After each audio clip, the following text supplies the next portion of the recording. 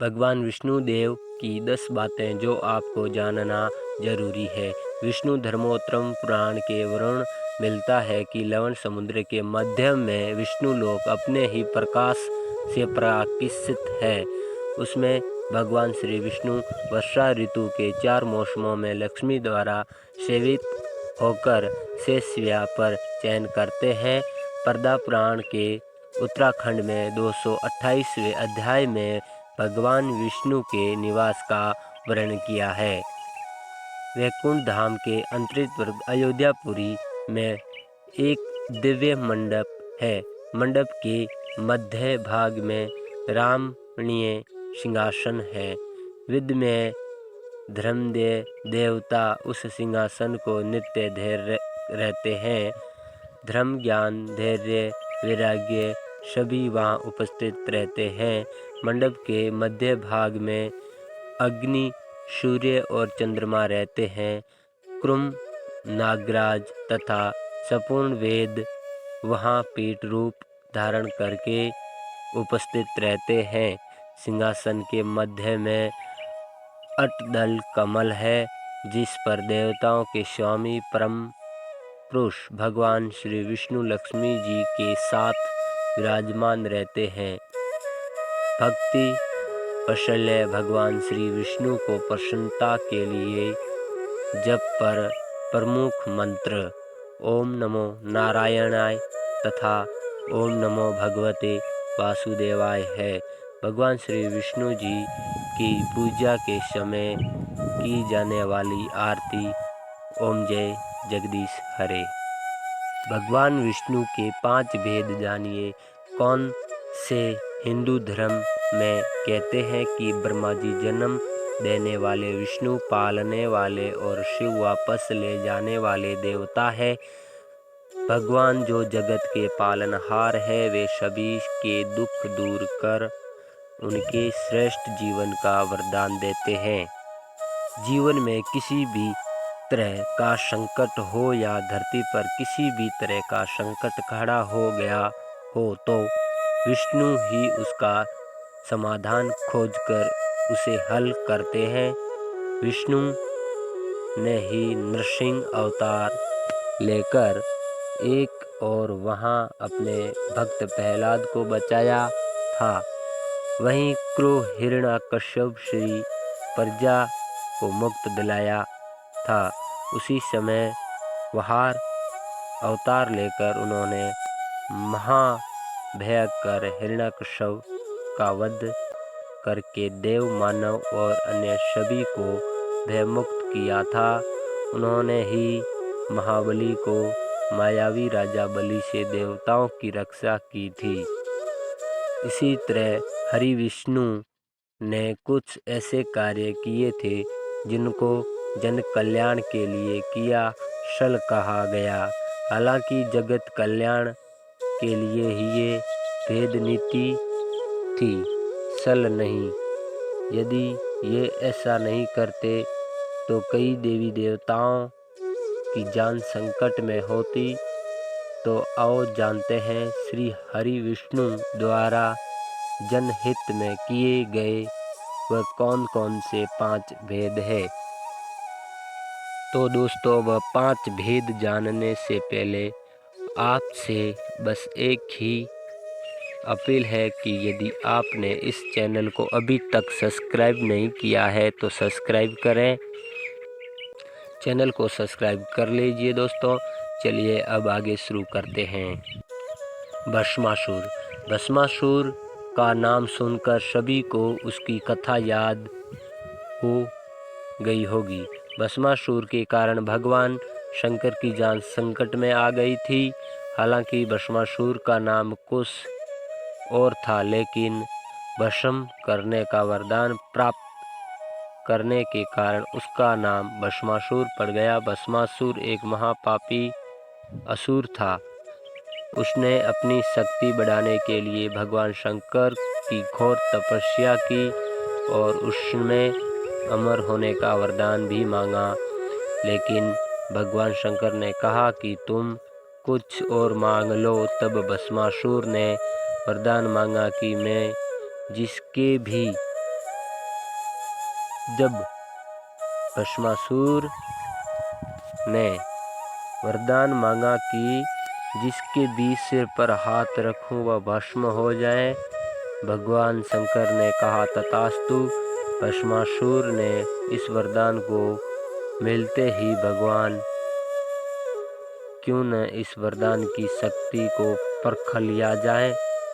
तब वह स्वयं शिवजी के हाथ पर हाथ रखने के लिए दौड़ा। शिवजी भी वहां से भागे और विष्णु के चरण में छुप गए। तब विष्णु ने एक सुंदर स्त्री का रूप धारण कर भस्मासुर को आकर्षित किया। भस्मासुर शिव को भूलकर उस स्त्री के मोहपाश में बंध गया। मोहिनी स्त्री रूपी विष्णु ने भस्मासुर को खुद के हाथ नृत्य करने के लिए प्रकृत किया। भस्मासुर तुरंत ही मान गया। नृत्य करते समय भस्मासुर मोहिनी ही नृत्य करने लगी और उचित मौका देखकर विष्णु जी ने अपने सिर का हाथ रखा। शक्ति और काम के नशे में चूर भस्मासुर ने जिसकी नकल की और भस्मासुर अपने ही प्राप्त वरदान से भस्म हो गया। वहाँ छुपे थे शिव। भस्मासुर से बचने के लिए भगवान शंकर वहाँ से भाग गए। उसके पीछे भस्मासुर भी भागने लगा। भागते भागते शिवजी एक पहाड़ के पास रुके और फिर उन्होंने इस पहाड़ी में अपने त्रिशूल से एक गुफा बनाई और वे उसी गुफा में छिप गए। बाद में विष्णु जी ने आकर उसकी जान बचाई। माना जाता है कि विष्णु जम्मू से 150 किलोमीटर दूर त्रिकुटा की पहाड़ियों पर हैं। उन खूबसूरत पहाड़ियों को देखने से ही मन शांत हो जाता है। इस गुफा में हर दिन सैकड़ों की तादाद में शिव भक्ति शिव की आराधना करते हैं। वरंदा देवी भगवान पुराण अनुसार जलधर असुर शिव का अंश है, लेकिन उसे इसका पता नहीं था। जलधर बहुत ही शक्तिशाली असुर था। इंद्र को पराजित कर जलधर तीनों लोकों का स्वामी बन बैठा था। यमराज भी उससे डरते थे। श्री वरंदा देवी भगवत पुराण अनुसार एक बार भगवान शिव ने अपना तेज समुद्री में फेंक दिया तथा उससे जलधर उत्पन्न हुआ। माना जाता है कि जलधर ने अपार शक्ति थी और उसकी शक्ति का कारण थी उसकी पत्नी वरंदा। वरंदा के पतिव्रत धर्म के कारण सभी देवी देवताएं मिलकर भी जलधर को पराजित नहीं कर रहे थे। जलधर को उससे अपनी शक्तिशाली होने का अभिमान हो गया और वह वरंदा के पतिव्रत धर्म की अवहेलना करके देवताओं के विरुद्ध कार्य कर उनकी स्त्रियों को सताने लगा। जलधर को मालूम था कि ब्राह्मण से सबसे शक्तिशाली कोई नहीं है, तो वे है देवी और देव महादेव। जलधर ने खुद को सर्वशक्तिमान रूप में स्थापित करने के लिए पहले इंद्र को पराजित किया और त्रिलोकीनाथ पति बन गया। इसके बाद विष्णु लोक पर आक्रमण किया। श्री वरंदा देवी भागवत पुराण अनुसार एक बार भगवान शिव ने अपना तेज समुद्र में फेंक दिया तथा उससे जलधर उत्पन्न हुआ। माना जाता है कि जलधर के अपार शक्ति थी और उसकी शक्ति का कारण थी उसकी वरंदा। वरंदा के पतिव्रत धर्म के कारण सभी देवी देवताओं मिलकर भी जलधर को पराजित नहीं कर पा रहे थे। जलधर को उसके अपने शक्तिशाली होने पर अभिमान हो गया और वह वरंदा के पतिव्रत धर्म की अवहेलना करके देवताओं के विरुद्ध कार्य करने लगा, उनकी स्त्रियों को सताने लगा। जलधर को मालूम था कि ब्राह्मण में सबसे शक्तिशाली कोई नहीं है, तो वे हैं देवों के देव महादेव। जलधर ने खुद को सर्वशक्तिमान रूप के स्थापित करने के लिए पहले इंद्र को प्रायश्चित किया और त्रिलोकीनाथ बन गया। उसके बाद उसने विष्णु लोक पर आक्रमण किया। जलधर ने विष्णु को भी पराजित कर देवी लक्ष्मी को विष्णु से छीन लेने की योजना बनाई। उसके चलते उसने वैकुंठ पर आक्रमण किया, लेकिन देवी लक्ष्मी ने जलधर से कहा कि हम दोनों ही जल से उत्पन्न हुए हैं, इसलिए हम भाई बहन हैं। देवी लक्ष्मी की बातों में जलधर प्रभावित हुआ और लक्ष्मी को बहन मानकर वैकुंठ से चला गया। उसके बाद उसने कैलाश पर आक्रमण किया और कैलाश जाकर देवी पार्वती को पत्नी बनाने के लिए प्रयास किया। उससे देवी पार्वती क्रोधित हो गई और तब महादेव को जलधर से युद्ध करना पड़ा, लेकिन वृंदा की तपस्वी के कारण भगवान शिव का हर प्रहार जलधर निष्फल कर देता था। अंत में देवताओं ने मिलकर योजना बनाई और भगवान विष्णु जलधर का वेश धारण करके वृंदा के पास पहुँचे। वृंदा भगवान विष्णु को अपना पति जलधर समझकर उसके साथ पत्नी के समान व्यवहार करने लगी, जिससे वृंदा का पतिव्रत धर्म टूट गया और शिव ने जलधर का वध कर दिया। विष्णु द्वारा सचित भंग किए जाने पर वृंदा ने आत्मदाह कर लिया। तब उसकी राख के ऊपर तुलसी का पौधा जन्मा। तुलसी देवी ने वृंदा का ही स्वरूप है, जिसे भगवान विष्णु लक्ष्मी से भी अधिक प्रिय मानते हैं। भारत और पंजाब प्रांत में वर्तमान जलधर नगर जलधर के नाम पर ही है। जलधर में आज भी असुर राज जलधर की पत्नी देवी वृंदा का मंदिर मोहला कोट किशनचंद में स्थित है। मान्यता है कि यहाँ एक प्राचीन गुफा थी जो सीधी हरिद्वार तक जाती थी। माना जाता है कि प्राचीन काल में इस नगर के आसपास 12 तालाब हुआ करते थे। नगर में जाने के लिए नाव का सहारा लेना पड़ता था। मौनी जब इंद्र देवताओं के राजा बलि से युद्ध में हार गए, तब हताश और निराश हुए देवता ब्रह्मा जी के साथ लेकर श्री हरि विष्णु के आचार्य में गए और उससे अपना सर्वलोक वापस पाने के लिए प्रार्थना करने लगे। श्री हरि ने कहा कि आप सभी देवताओं से सुलह कर लें और उसका सहयोग पाकर मद्राजल और मथानी तथा वासुकी नाग को ऋषि बनाकर श्री सागर का मंथन करें।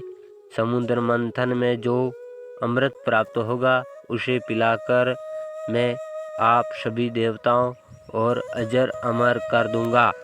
तत्पश्चात सभी देवता देवनियों का विनाश करके पुनः स्वर्ग पर आधिपत्य पा सकेंगे। देवताओं के राजा इंद्र देवता ने राजा बलि के पास गए और उसके समक्ष समुद्र मंथन का प्रस्ताव रखा और अमृत की बात बताई। अमृत के लालच में आकर देवताओं का साथ देने का वचन दिया। देवताओं ने देवताओं को अपनी पूरी शक्ति लगाकर समुद्र मंथन करने समुद्र तट पर लेकर जाने की चेष्टा की, लेकिन उन्हें उठा पाए। तब श्रीहरि ने उसे उठाकर समुद्र में रख दिया। समुद्राचल में मथानी एक वासुकी नाग की रस्सी बनाकर समुद्र मंथन का शुभ कार्य प्रारंभ किया। श्री विष्णु की नज़र मथानी पर पड़ी, जो कि समुद्र और सधी चल रही थी। यह देखकर उन्होंने स्वयं कश्यप बनकर अपनी पीठ पर मद्राचल पर्वत को रख लिया। तत्पश्चात समुद्र मंथन में लक्ष्मी, कौसुभी, प्राप्ति, सुरा, धनतरी, चंद्रमा, पुस्तक, ऐरावत, पंचान्य, शंख, रभा, कामधेनु, उच्चैत्रा और अंत में अमृत कुंभ निकलने उसे लेकर धन्वंतरि आए। उसके हाथों में अमृत कलश छीन कर दैत्य भागने लगे ताकि देवताओं से पूर्व अमृत पान करके वे अमर हो जाएं। दैत्यों के बीच कलश के लिए झगड़ा शुरू हो गया और देवता हाथ खड़े थे। श्री विष्णु अति सुंदर नारी का रूप धारण करके देवताओं और दैत्यों के बीच पहुंच गए और उन्होंने अमृत को समान रूप में बांटने का प्रस्ताव रखा। देवताओं ने मोहित होकर अमृत का कलश श्री हरिविष्णु के हाथों में सौंप दिया। मोहिनी रूपधारी विष्णु ने कहा कि मैं जैसे भी विभाजित का कार्य करूं, चाहे वह उचित हो या अनुचित, तुम लोग बीच में बाधा उत्पन्न न करके का वचन दो, तभी मैं इस काम को शुरू करूंगी। सभी ने मोहिनी रूप भगवान की बात मान ली। देवता और दैत्य अलग अलग पंक्तियों में बैठ गए। मोहिनी रूप धारण करके विष्णु ने छल से सारा अमृत देवताओं को पिला दिया, लेकिन उसमें दैत्यों को भारी आक्रोश फैल गया। असुर राज बलि। असुरों के राजा बलि की चर्चा पुराणों में बहुत होती है। वह अपार शक्तियों का स्वामी लेकिन धर्मात्मा था। दान पुण्य करने में वह कभी पीछे नहीं रहता था। उसकी सबसे बड़ी ख़ामी यह थी कि उसे अपनी शक्तियों पर घमंड था और वह खुद को ईश्वर के समक्ष मानता था और वह देवताओं का घोर विरोधी था। कपलक्ष ऋषि की पत्नी दिति के दो प्रमुख पुत्र हिरण्यकश्यप और हिरण्याक्ष थे। हिरण्यकश्यप के 4 पुत्र थे, अनुल्ला, अहल्ला, भक्त प्रहलाद और सहल्ला। प्रहलाद के कुछ में विरोचक के पुत्र राजा बलि का जन्म हुआ। राजा बलि का राज्य संपूर्ण दक्षिण भारत में था। उन्होंने महाबलीपुरम को अपनी राजधानी बनाया था। आज भी केरल में ओणम का पूर्व राजा बलि की याद में मनाया जाता है। राजा बलि ने विश्व विजय की सोचकर अक्षयमेव यज्ञ किया और इस यज्ञ में चलते उसकी प्रसिद्धि चारों ओर फैलने लगी। अग्निहोत्र सहित उसमें 98 यज्ञ संपूर्ण कराए थे और इस तरह उसके राज्य और शक्ति का विस्तार होता ही जा रहा था। तब उसमें इंद्र के राज्य पर चढ़ाई करने की सोची। इस तरह राजा बलि ने 99 यज्ञ की घोषणा की और सभी राज्यों और नगरवासियों को आमंत्रित भेजा। देवताओं की ओर से गंधर्व और यक्ष होते थे तो दैत्यों की ओर मानव और राक्षस। अंतिम बार हिरण्यकश्यप ऋषि के पुत्र प्रहलाद और उसके पुत्र राजा बलि के साथ इंद्र का युद्ध हुआ और देवता हार गए। तब संपूर्ण जुबी द्वीप पर असुरों का राज हुआ हो गया। तब लेना पड़ा आवम अवतार। आवम ऋषि कश्यप तथा उसकी पत्नी दिति के पुत्र थे। वे दैत्यों में 12वें थे। ऐसी मान्यता है कि वे इंद्र के छोटे भाई थे और राजा बलि के सौतेले भाई। विष्णु ने इसी रूप में जन्म लिया। देवताओं बलि के नष्ट करने में असमर्थन थे। बलि ने देवताओं को यज्ञ करने उसकी भूमि ही दे रखी थी। तब सभी देवता विष्णु की शरण में गए। विष्णु ने कहा कि वह भी बलि का उसका भगत है, फिर भी वे कोई युक्ति सोचेंगे। तब विष्णु ने अदिति के यहाँ जन्म लिया और एक दिन जब बलि यज्ञ की योजना बना रहा था तब वे ब्राह्मण वेश में वहाँ दान लेने पहुँच गए। उन्हें देखते ही शुक्राचार्य उन्हें पहचान गए। शुक्र ने उन्हें देखते ही बलि से कहा कि वे विष्णु हैं, मुझसे पूछे बिना कोई भी वस्तु उन्हें दान मत करना। लेकिन बलि ने शुक्राचार्य की बात नहीं सुनी और वामन के दान मांगने पर उनको 3 पग भूमि दान में दे दी। जब सल छोड़कर सब दान कर दिया तब ब्राह्मण वेश में वामन भगवान ने अपना विराट रूप दिखा दिया। भगवान ने एक पग में भूमंडल नाप लिया, दूसरे में स्वर्ग और तीसरे के लिए बलि से पूछा कि तीसरा पग कहाँ रखूं। पूछने पर बलि ने मुस्कुराते हुए कहा कि इसमें तो कमी आपके ही संसार बनाने की हुई, मैं क्या करूं भगवान, अब तो मेरा सिर ही बचा है। इस प्रकार विष्णु ने उसके सिर पर तीसरा पैर रखा। उसकी भक्ति से प्रसन्न होकर विष्णु ने उसे पालन में रसातल का कलयुग के अंत तक राजा बने रहने का वरदान दिया।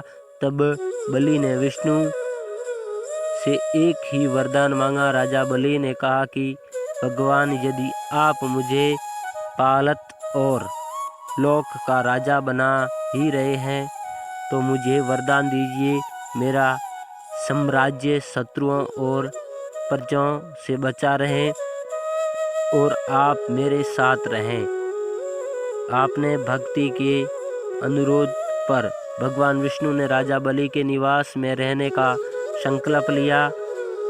पातालपुरी में राजा बलि के राज्य से 8 प्रहर भगवान विष्णु शरीर उपस्थित रहे उसकी रक्षा करने के लिए, और इस तरह बलि निश्चित होकर सोता था और संपूर्ण पातालपुरी में आज शुक्राचार्य के साथ रहकर एक नए धर्म राज्य की व्यवस्था संचालित करता था। माता पार्वती। माना जाता है कि बुद्धिनाथ धाम कभी भगवान शिव और पार्वती का विश्राम स्थान हुआ करता था। वहाँ भगवान शिव अपने परिवार के साथ रहते थे, लेकिन श्री हरि विष्णु को यह स्थान इतना अच्छा था कि उन्होंने उसे प्राप्त करने के लिए योजना बनाई।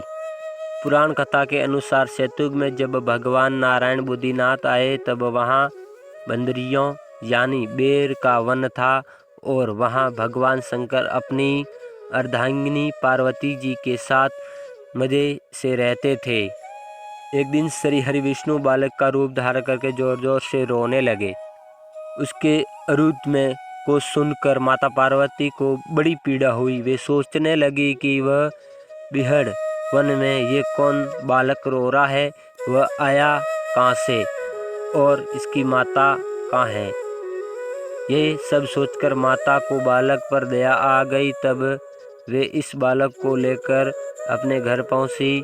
शिवजी तुरंत ही समझ गए कि यह कोई विष्णु जी की लीला है।